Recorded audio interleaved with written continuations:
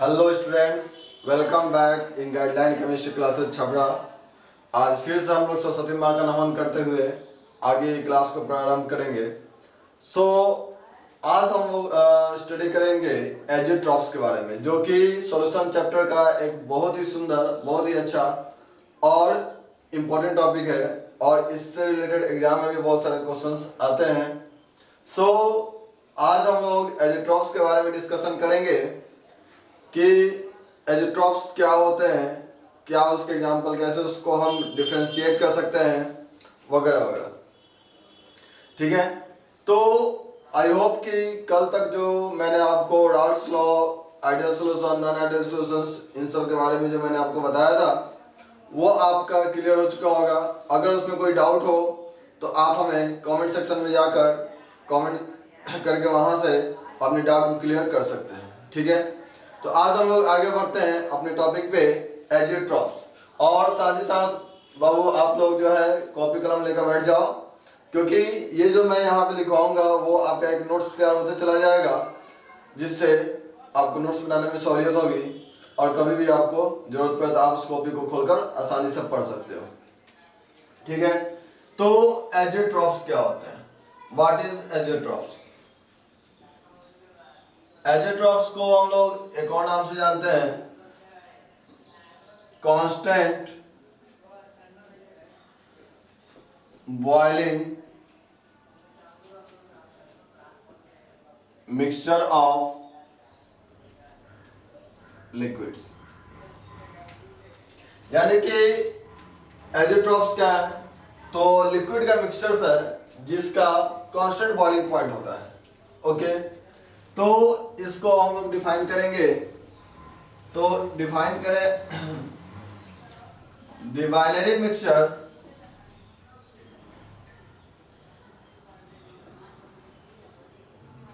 of liquids having same composition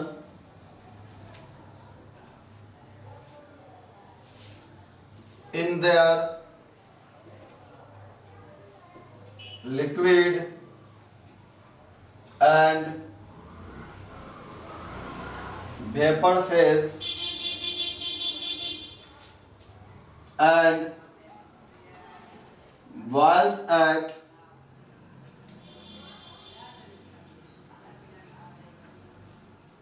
constant temperature is known as azeotrope.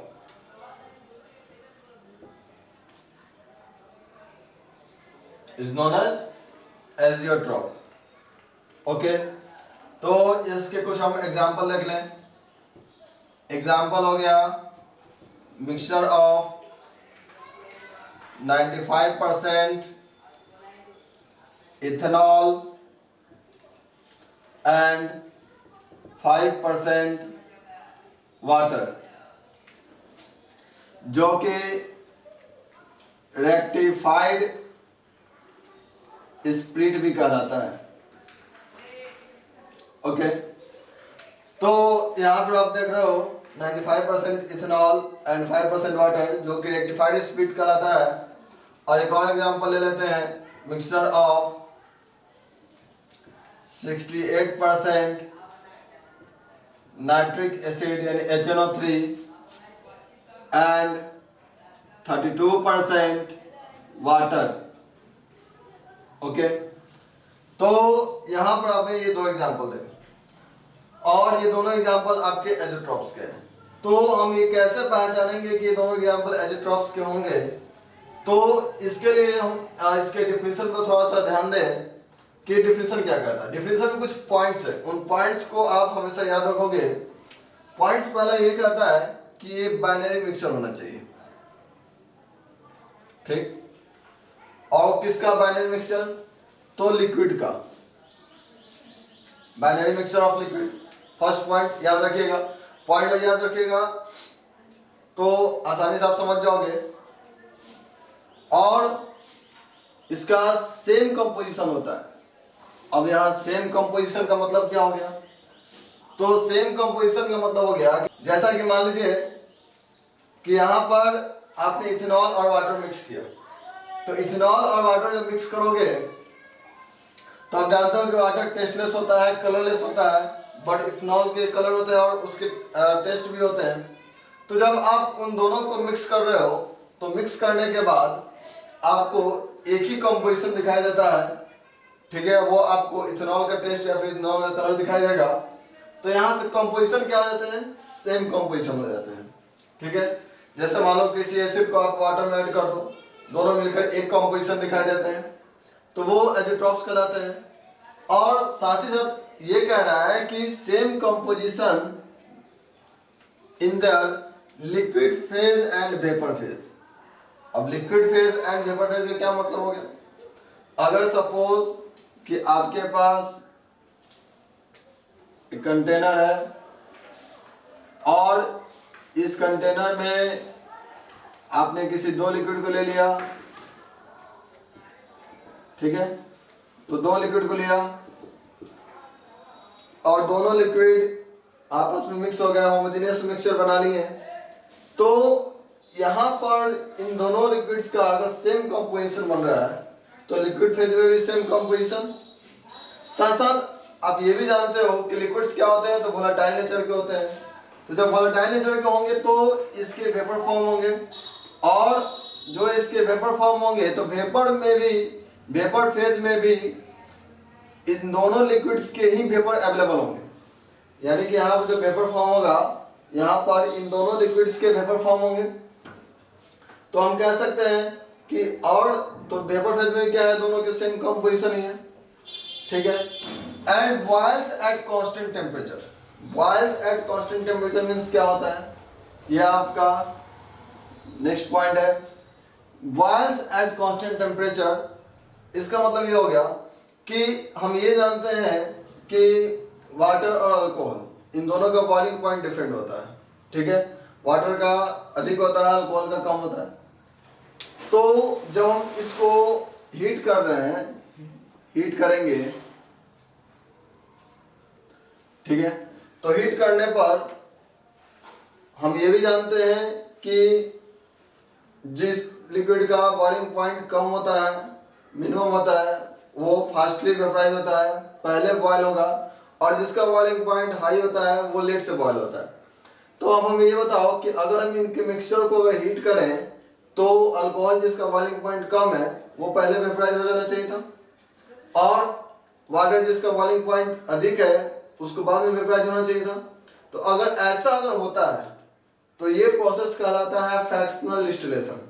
But एजिट्रॉप्स वैसे mixture होते हैं जो कि फ्रैक्शनल डिस्टिलेशन से सेपरेट नहीं हो पाते, यानी कि ये इन दो लिक्विड का मिक्सचर डिफरेंट बॉइलिंग पॉइंट पे वो बॉयल नहीं होता है, बल्कि किसी एक पार्टिकुलर टेम्परेचर पे, एक पार्टिकुलर बॉइलिंग पॉइंट पे ही ये मिक्सचर क्या होंगे? बॉयल होंगे, और तब जाकर उनके वेपर फेज में भी सेम कंपोजिशन हो जाते हैं, ठीक है।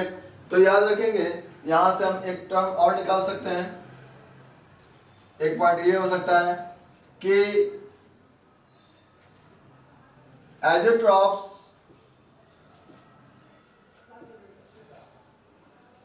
Can not B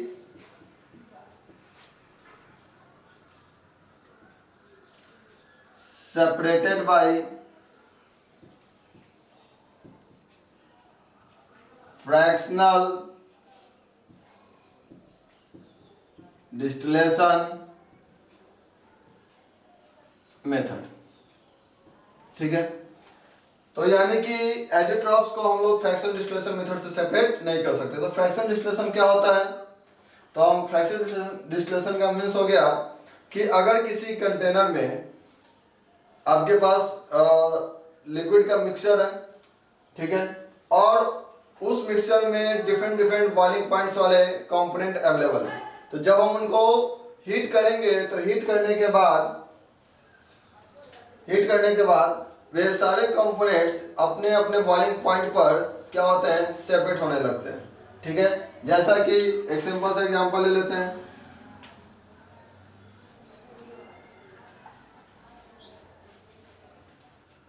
fractional distillation का।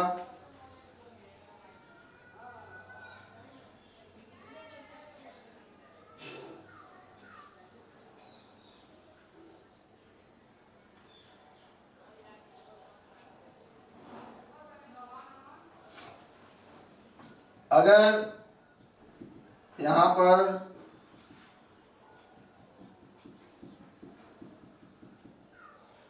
डिफरेंट लिक्विड है, यहां मान लो लिक्विड ए है, यहां मान लो लिक्विड बी है, यहां मान लो लिक्विड सी है। सपोज करो कि यहां पर 3 टाइप्स के लिक्विड है और इसको हम हीट दे रहे हैं। तो हीट दे रहे हैं तो जिसका बॉइलिंग पॉइंट लो होगा उसके वेपर पहले फॉर्म होंगे और उसके वेपर को हम यहाँ कलेक्ट करके यहाँ पे कंडेंसेशन पाइप के थ्रू कंडेंस कर देंगे। तो कंडेंस करने पर ठीक है, वो जिसके बॉइलिंग पॉइंट मिनिमम होंगे वो पहले कंडेंस होकर वो लिक्विड फॉर्म में आ जाएंगे। फिर इसे कंटेनर को हम सेपरेट कर लिए, फर्दर इसको हीट कर रहे हैं, फिर उससे हायर बॉइलिंग पॉइंट जिसका होगा वो लिक्विड क्या होगा, वेपराइज होगा, वेपराइज होकर फिर से उसको हम कंडेंस करके कलेक्ट कर लेंगे, फिर उसको भी सेपरेट कर सकते हैं। तो ये होता है हमारा फ्रैक्शनल डिस्टिलेशन। बट तो फ्रैक्शनल डिस्टिलेशन से हम लोग एजिट्रॉप्स को सेपरेट नहीं कर पाते, नॉर्मल मिक्सचर को हम सेपरेट कर पाते हैं जो कि एजिट्रॉप्स नहीं बनाते हो। ठीक है, तो ये हो गया फ्रैक्शनल डिस्टिलेशन। तो इस बात को हमेशा याद रखोगे कि azeotropes can not be separated by simple fractional distillation method.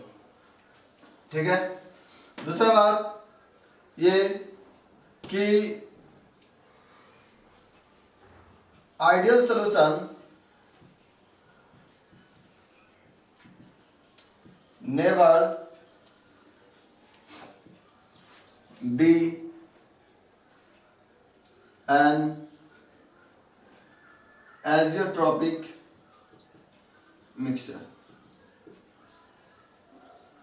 ध्यान दो, ये भी एक इंपॉर्टेंट पॉइंट है, इसको भी आप नोट करके लिख लेना। ठीक है, कि आइडियल सॉल्यूशन जो है वो एजियोट्रोपिक मिक्सचर नहीं बनाते।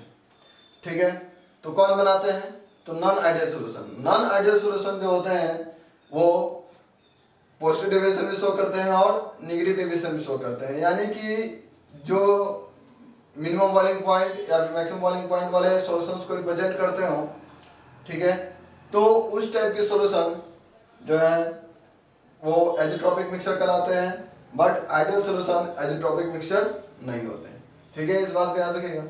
एक और पॉइंट हम लोग ये जान लें कि एजिट्रॉप्स को या एजियोट्रोपिक मिक्सचर को अगर हम लोग फ्रैक्शनल डिस्टिलेशन मेथड से सेपरेट नहीं कर पाते हैं तो किस मेथड से सेपरेट कर पाएंगे, कौन सा ऐसा मेथड। तो हम कह सकते हैं कि अगर कभी जरूरत पड़ी कि एजिट्रॉप्स को भी हमें सेपरेट करना है, उसके कंपोनेंट्स को हमें सेपरेट करना है, तो उसके कंपोनेंट्स को हम लोग एजियोट्रोपिक डिस्टिलेशन मेथड से सेपरेट करते हैं। यहाँ पे आप नोट में करके ये भी लिख सकते हो, एजिट्रॉप्स या azeotropic mixture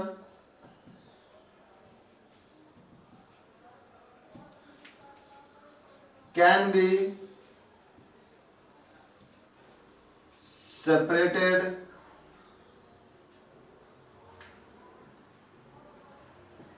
into their components, can be separated into their components by azeotropic distillation method. Azeotropic distillation method से इसको हम सेपरेट कर सकते हैं। तो रही बात ये एजियोट्रोपिक डिस्टिलेशन मेथड क्या होता है। ठीक है, तो एजियोट्रोपिक डिस्टिलेशन मेथड के बारे में हम लोग जान लें। एजियोट्रोपिक डिस्टिलेशन, ठीक है,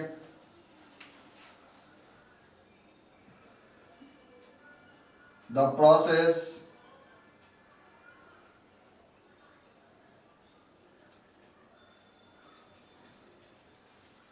in which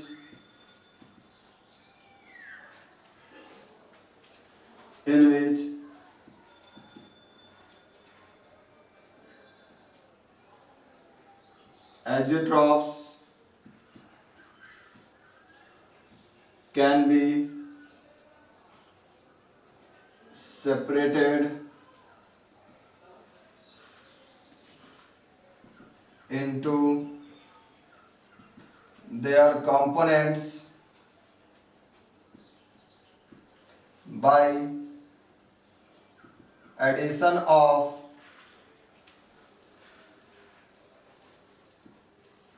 suitable amount of another substance is known as azeotropic distillation. Okay, azeotropic distillation, इसको हम एग्जांपल से समझ लें.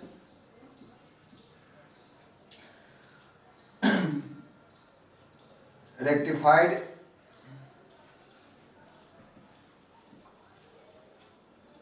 spirit can be separated by addition of benzene in suitable amount.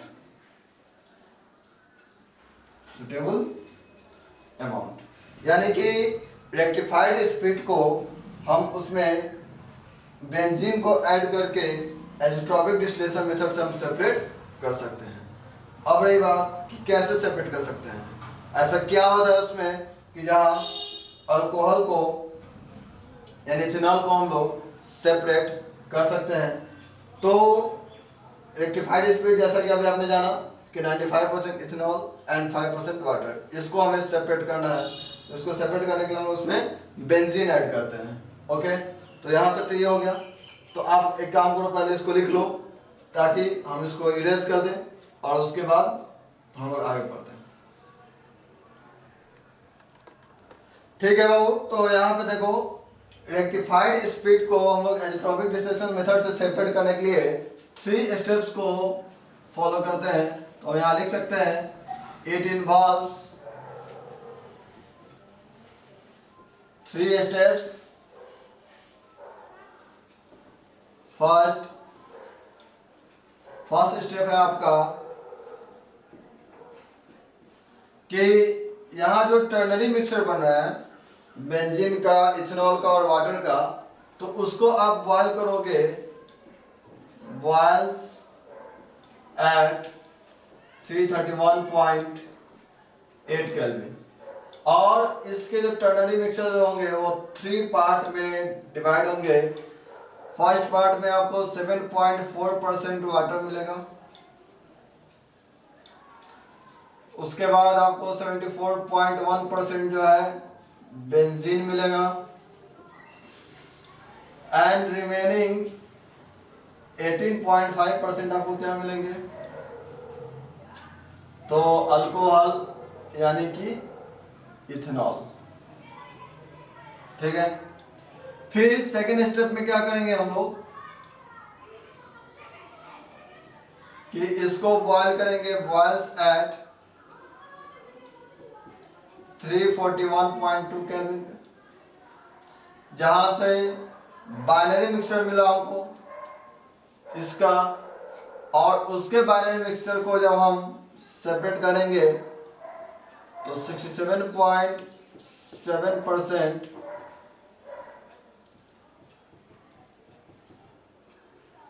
हमें बेंजीन मिलेगा एंड 32.3% इथेनॉल मिलेगा. ओके.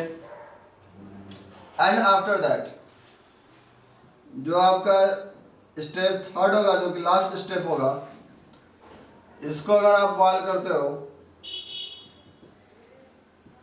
बॉयल्स एट 351 केल्विन पे, तो यहाँ जो है सिंगल कंपोनेंट मिलेंगे और वो मिलेगा आपको 100% इथेनॉल, ठीक है, जो कि आपका एब्सोल्यूट अल्कोहल भी कहलाता है,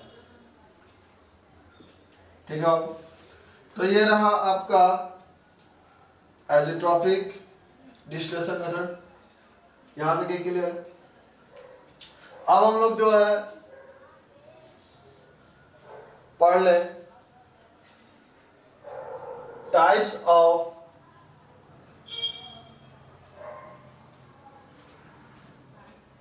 एजियोट्रॉप्स। ओके, तो टाइप्स ऑफ एजियोट्रॉप्स क्या होते हैं? दो टाइप्स होते हैं इसके, एक होता है मिनिमम बॉइलिंग एजियोट्रॉप्स और एक होता है मैक्सिमम बॉइलिंग एजियोट्रॉप्स, ठीक है। तो देखो यहां हेडिंग से ही क्लियर हो जाएगा। Minimum boiling azeotropes, minimum boiling azeotropes का मतलब, एजियोट्रॉप्स मतलब समझते ही हो आप लोग कि binary mixture of liquids, and उस लिक्विड्स को जब हम बॉयल करें तो लो टेम्परेचर पे ही वो बॉयल होने लगे, यानी कि उसके लार्ज जो है वेपर प्रेशर फॉर्म हो, ठीक है। अगर लार्ज वेपर प्रेशर फॉर्म होंगे तो वो पॉजिटिव डेविएशन को शो करेगा, क्योंकि मैंने अभी आपको बताया कि एजियोट्रॉप्स जो भी होते हैं वो आइडियल सॉल्यूशन नहीं होते बल्कि नॉन आइडियल सॉल्यूशन होते हैं। तो नॉन आइडियल सॉल्यूशन में आप जानते हो कि पॉजिटिव डेविएशन होते हैं और नेगेटिव डेविएशन। जैसा कि मैंने आपको बताया था कि पॉजिटिव डेविएशन में PA greater than PA naught chi A and PB greater than PB naught chi B, और नेगेटिव डेविएशन में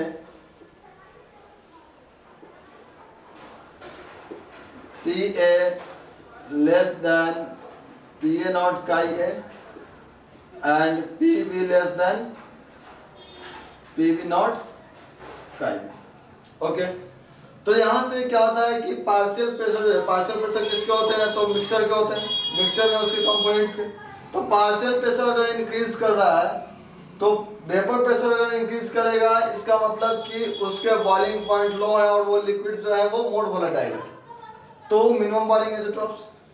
और जिसके बॉइलिंग पॉइंट हाई होंगे उसका वेपर प्रेशर कम बनेगा और वो मैक्सिमम बॉइलिंग एजियोट्रॉप्स को शो करेगा, ठीक है। तो यहां से आप इसको डिफाइन भी कर सकते हो इजीली कि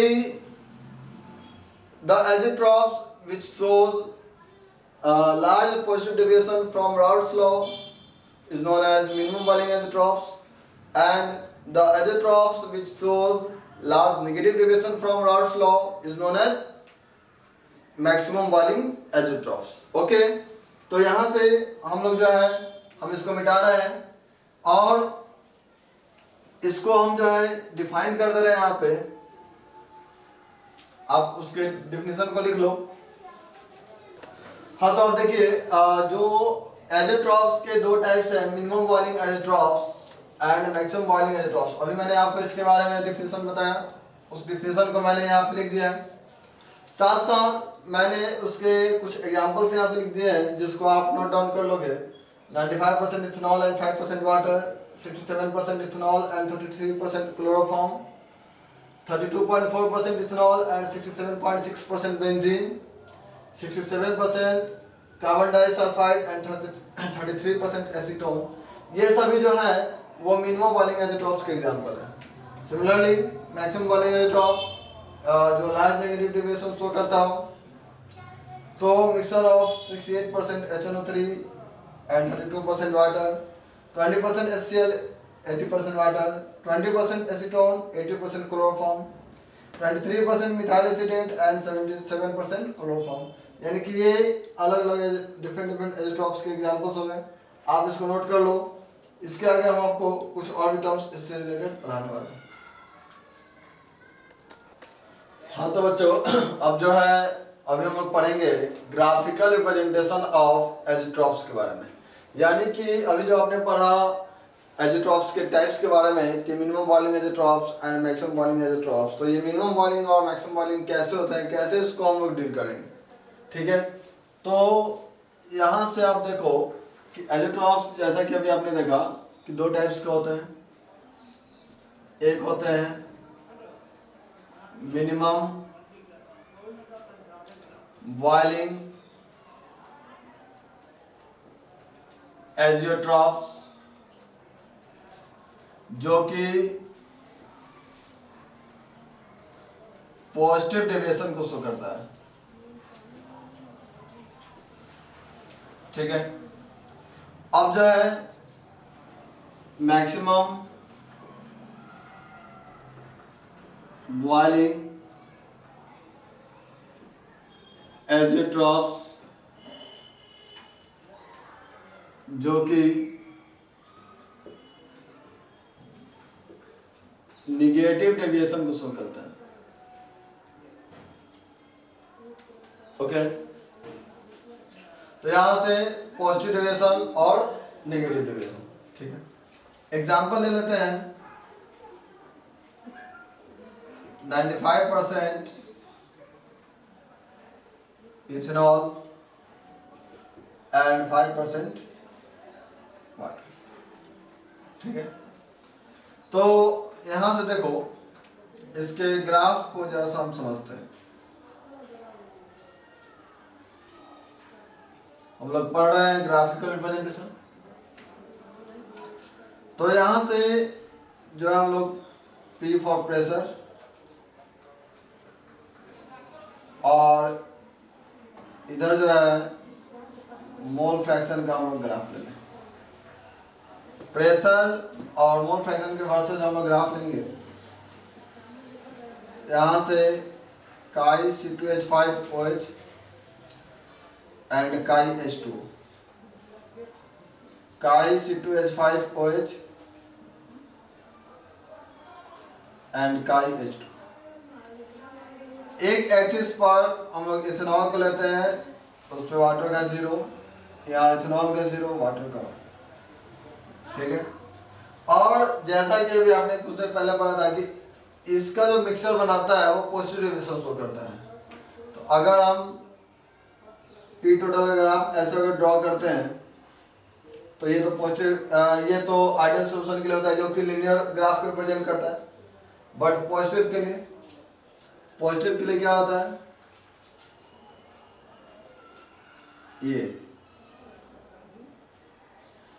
ये जो कर्व एरिया होता है जो कि ये रिप्रेजेंट करता है कि प्रेशर जो है वो क्या कर रहा है, तो इंक्रीज कर रहा है, ठीक है। तो एक बात जान लो कि ये जो इसका जो पीक पॉइंट होगा, जो सबसे अपर पॉइंट होगा, वो पॉइंट एजिट्रॉपिक मिक्सचर को रिप्रेजेंट करेगा।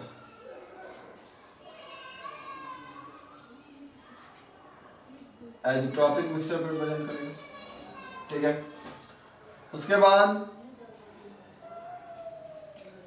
ये चीज हो गया। तो ये एजिट्रॉपिक मिक्सचर को कब रिप्रेजेंट करेगा, तो यहाँ पे आप क्या देख रहे हो, अल्कोहल यानी इथेनॉल।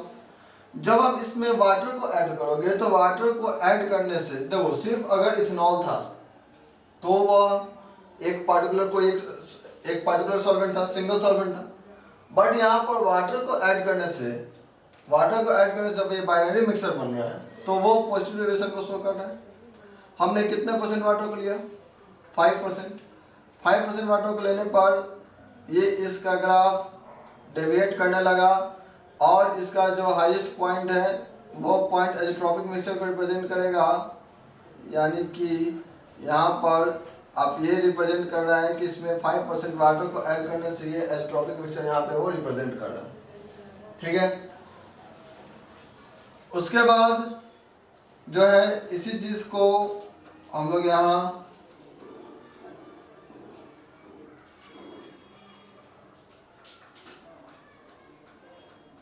Temperature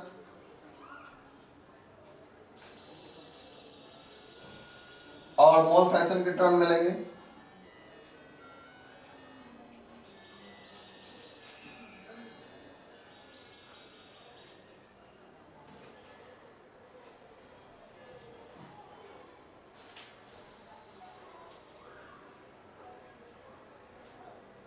काइज to 1 0 0 1। ठीक है, तो अब देखो यहाँ पर क्या है, वाटर है, तो वाटर का बॉइलिंग पॉइंट 373 केल्विन। यहाँ पे क्या था, इथेनॉल, तो हम जानते हैं कि इथेनॉल का बॉइलिंग पॉइंट क्या होता है, लोअर होता है,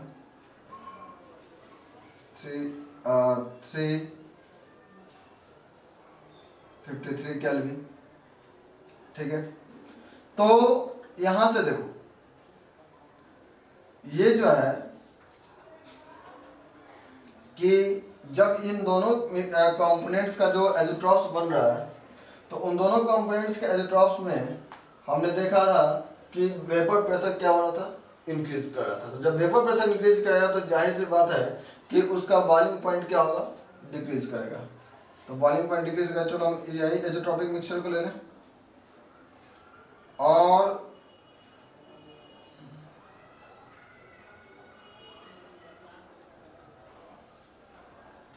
इस तरीके से, तो यहां से जो है ये वाला पॉइंट, ये पॉइंट जो कि एज़ोट्रॉपिक मिक्सचर का था, उसके लिए हम टेम्परेचर देखेंगे तो थोड़ा सा कम हो जाएगा, 351 केल्विन हो जाएगा। ठीक है, तो ये 351 केल्विन हो गया।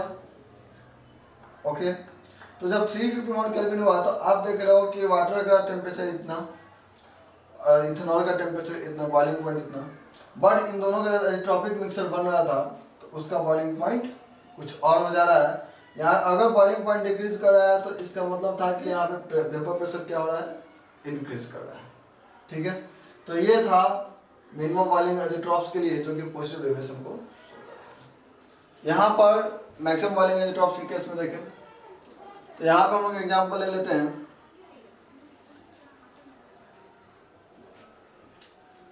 यहाँ एग्जाम्पल ले लेते हैं 68% HNO3 and 32% वाटर। ठीक है, यहाँ पे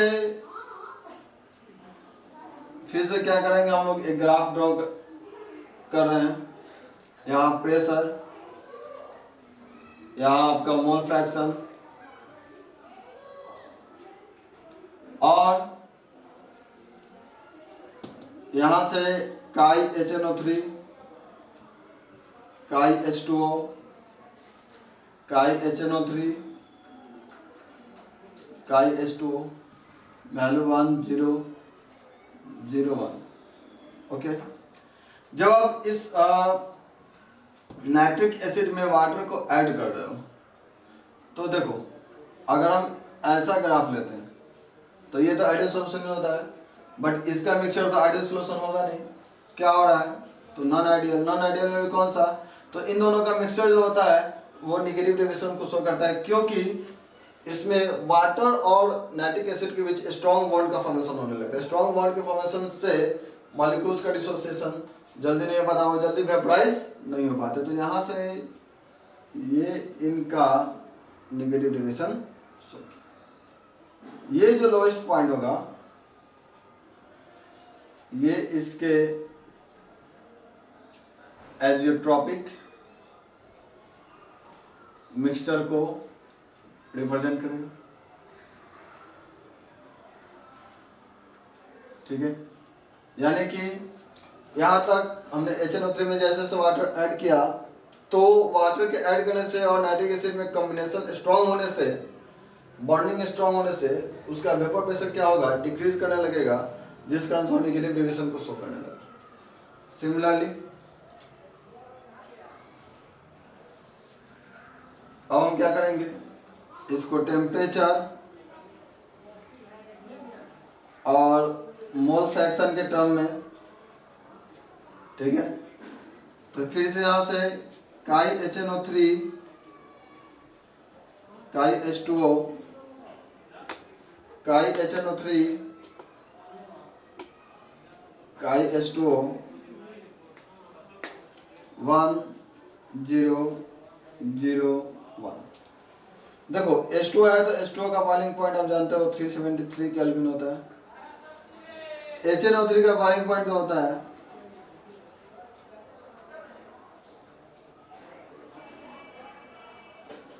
359 केल्विन होता है। ठीक है, तो यहाँ 373 केल्विन, यहाँ 359 केल्विन। अब जो है आप यहाँ देख रहे थे कि जो है वेपर प्रेशर डिक्रीज कर रहा है, तो वेपर प्रेशर डिक्रीज कर रहा है इसका मतलब कि वहां से बॉइलिंग पॉइंट क्या होगा, उसका इंक्रीज करना पड़ेगा उसके लार्ज क्वांटिटी में वेपर को फॉर्म करने के लिए। तो यहाँ से अगर हम लेकर चले एजिट्रॉपिक मिक्सचर के लिए,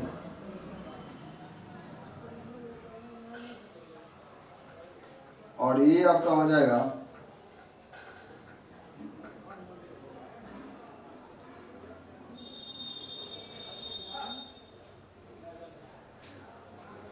ये आपका हो जाएगा एजिट्रॉपिक मिक्सचर का बॉइलिंग पॉइंट 393.5 केल्विन। तो आप यहाँ पे देख रहे हो कि पहले वाटर का 373, यहाँ से 359 नाइट्रिक एसिड का, जब इन दोनों का मिक्सचर बना रहे हैं तो बॉइलिंग पॉइंट क्या हो रहा है, तो इंक्रीज कर रहा है। ठीक है, बॉइलिंग पॉइंट इंक्रीज कर रहा है।